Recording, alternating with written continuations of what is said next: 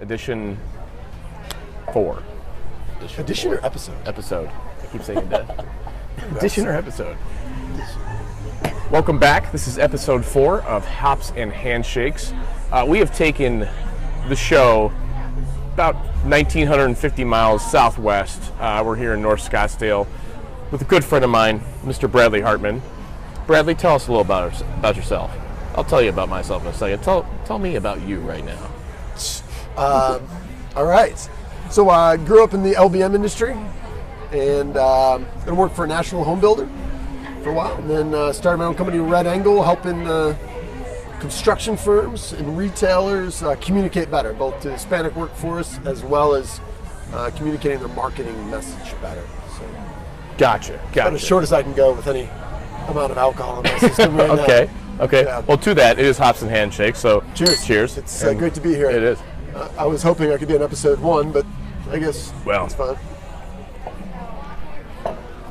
Logistics, man. I'm sorry. I get it. It was. What type of beer are you drinking right now? Well played. But I know. This would be Lumberman's Red. Okay. Yes. I take it wherever I go. Okay. Equity stake of any type? Yes, I should. Yeah, sure, you should. All right. So let's go a little deeper into. So you've been on your own for 5-6 years now? 6 years, yep. Ooh, we Wonderful. got food too. This is yum yum. That's fantastic. I got the artisan dip here. Lovely. This is a really hot plate. Awesome. Thank you. Thank you. Oh my gosh, and we're eating now too. Sure. You go ahead and feel free to eat all that as we're talking. Hops, handshakes, and hand food. There you go. All right. All right. So back to we got distracted by the food here. Yep. So you've been on your own 6 years. Mm-hmm. Okay. Let's talk about. Let's go before that. And why did you even get to the point to where you say, "Hey, I'm gonna see you later" to the job that you're currently in? Like, what? Talk about that evolution. So, a big part of it was I was going through my MBA program, and I think and during the downturn, I think a lot of people during the downturn. Give me the year. What were you? This is 2009, 2010. Okay. I left in 2011. You got so 2005, 2.1 million housing starts. 2010, Yes. 590,000 Yes. housing starts. So that is a downturn. Yes, a lot of people, I believe, kind of looked around and said, "Am I enjoying what I was doing?"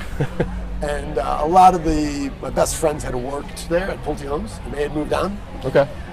I looked around, and I think you kind of asked that question, "Hey, what am I really good at? And what do I really enjoy doing? What am I passionate about?" And I started kind of realizing training and the fact that I'm a tall, skinny ginger who speaks Spanish. I enjoy public speaking. Sure. Kind of all those things I wasn't really utilizing in that role. Led me to. How did you find that out? I mean, this is not something you learned in school of what you were naturally good at, right? You're too busy playing football. But how did you? I mean, I think the reason I ask, I think it takes a certain capability just to listen to yourself. I think so, but I also think people are really good at living with kind of bullshit in our life, right? Yeah. We're good at adapting to chronic pain Yeah. and kind of adapting to, you get in a track and you think this is what you want to do, and sometimes it takes these hard right turns to be like, dude, I'm really not enjoying this. What else is there? And then it just kind of happened that I was in an MBA program that had a lot of really bright people that I used as free consultants to think about this idea of what could I do? What could I do that could be different and needed, and kind of went from there.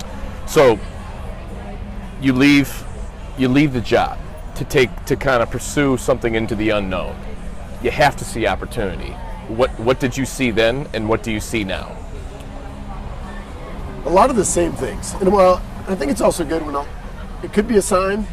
And again, never know until later. But when people tell you you're an idiot for doing something, you should be like, that could be true, or it could be the opposite. I graduated from an MBA program, had my second kid, and quit my job all within like 30 days. Awesome, and you're still married. Still married. God bless her. God bless her. God bless She her. was. She Yeah. was incredible. Is incredible. Currently and future. A lot of people are like, dude, the whole reason you get your MBA is so then somebody could pay you more. Yeah. You're quitting to do it. And Yeah, I never yeah. really looked at it. I looked at it as I want to learn, and I Sure. want to try things. So anyway, took that risk. I think the opportunities, especially in construction, changes that have been taking other places in the market, whether that's with the Hispanic workforce, or whether that's new technologies coming in, construction as an industry, commercial, residential, the retailing side of it, for whatever reason, are often very hesitant. Sure. Beholden to the current to state. adopt those changes, Yeah. and I think and fight them. And again, sometimes it's hard to go against the current there, but I also think you have people that see the way it could be and are open to trying different things, and that's what I saw, and still see it today. So let's take this beer for example. If when you started 6 years ago, if the line was like right here where they need to be with Spanish speaking, and technology, the whole evolution of communication, let's say they're right here, all right? Let's say right here, a full one is where they need to be. At what level do we need to pour, or do we need to add to? Where are we at currently today? Because I'd be happy to pour more beer for you right now. There's still, as you know, the number of companies that are forward-looking and are willing to invest in that and Sure. change and invest in the talent of the people that they've got to try new things is still very small. So I think there's still a lot of opportunity. What do you think is holding it back?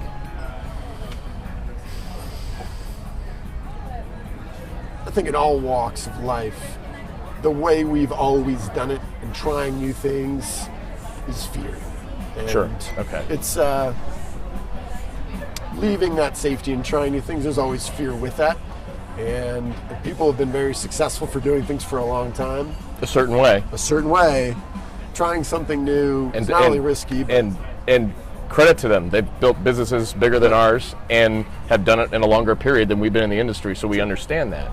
It's just, I think the other part is that they don't want to lose this face to face, right? They fear it all goes online, it all goes somewhere else, or it all goes, and it's just so different that they can't have the same emotional impact on the whole thing as they once could.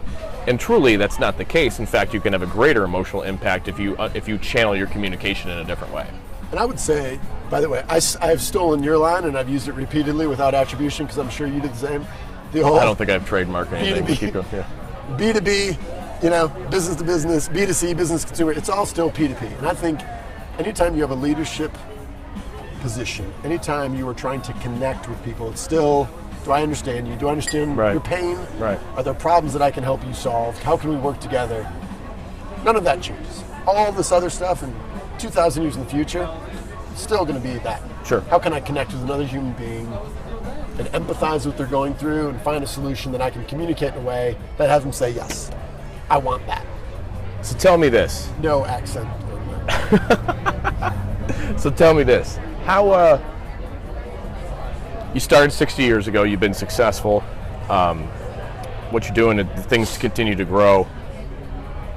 6 years later, what would you tell yourself when you quit the NBA and wife's pregnant, you did all the shift at the home life, career life? What would you tell yourself that you didn't know? That you learned so much along the way, and if you had to do it over again, it would go much faster, right? But what would you tell yourself 6 years ago?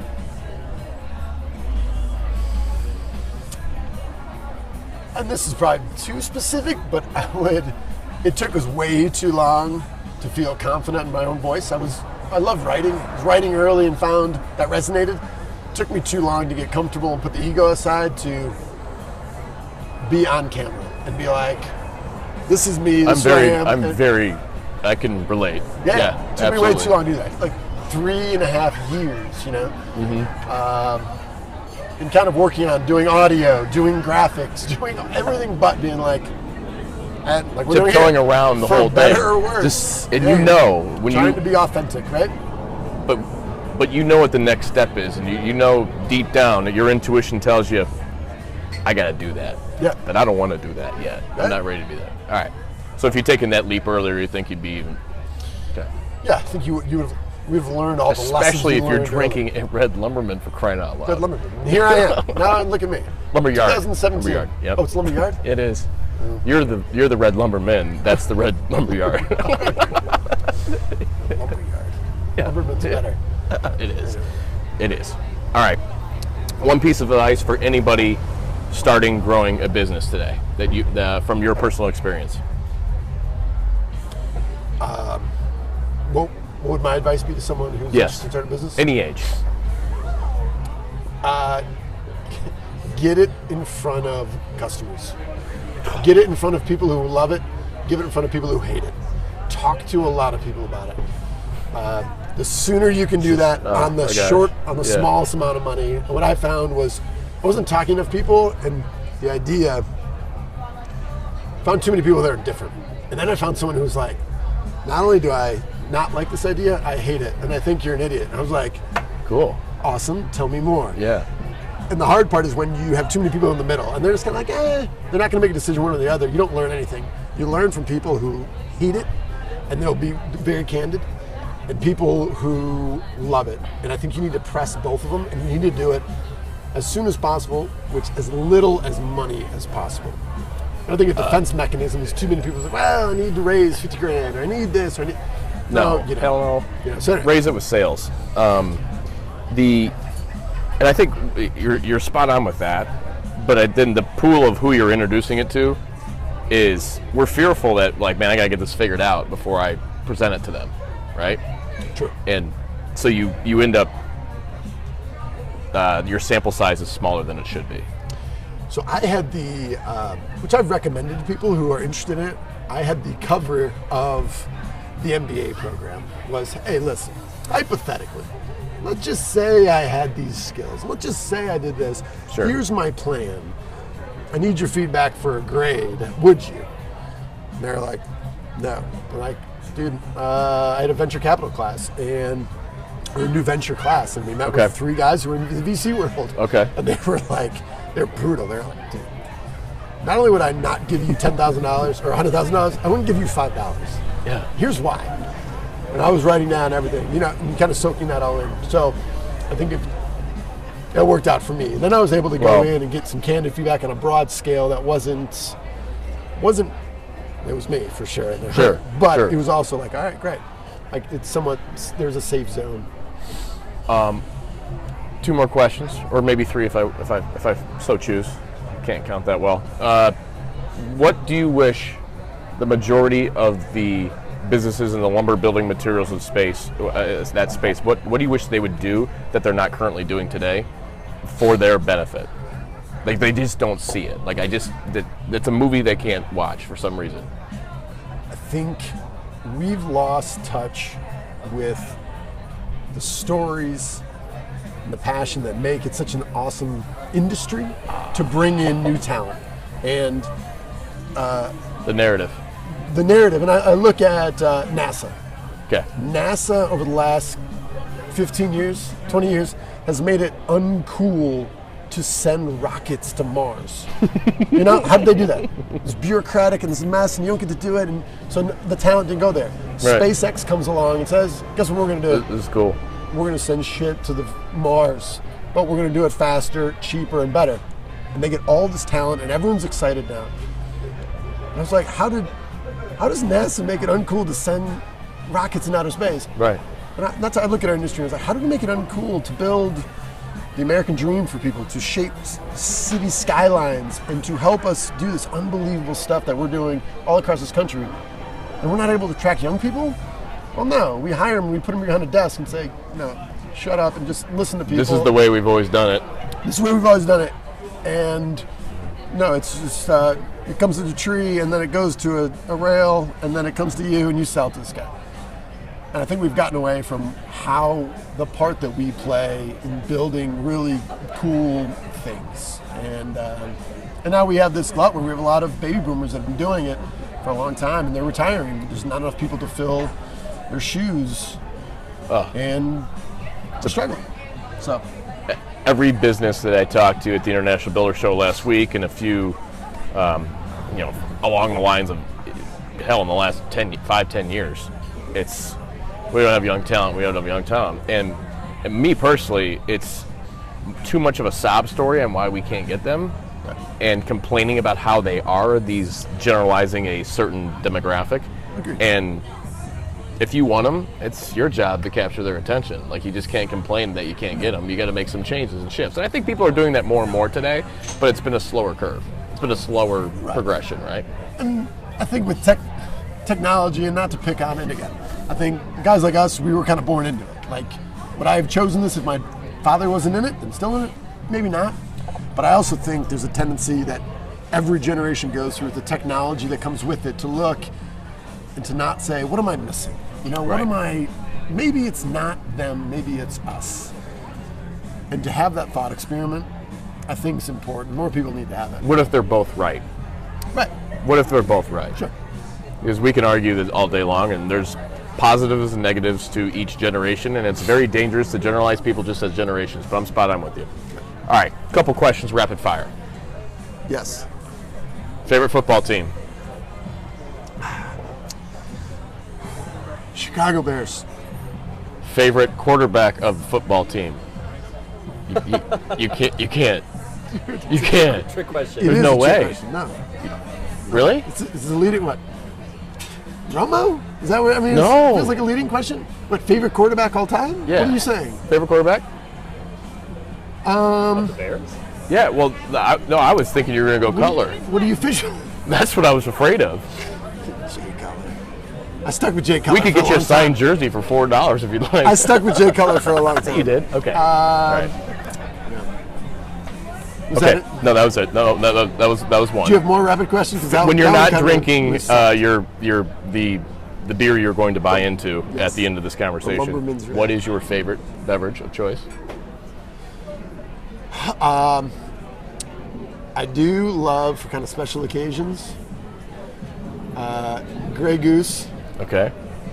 dirty, with olives. Okay. Gotcha. With an olive.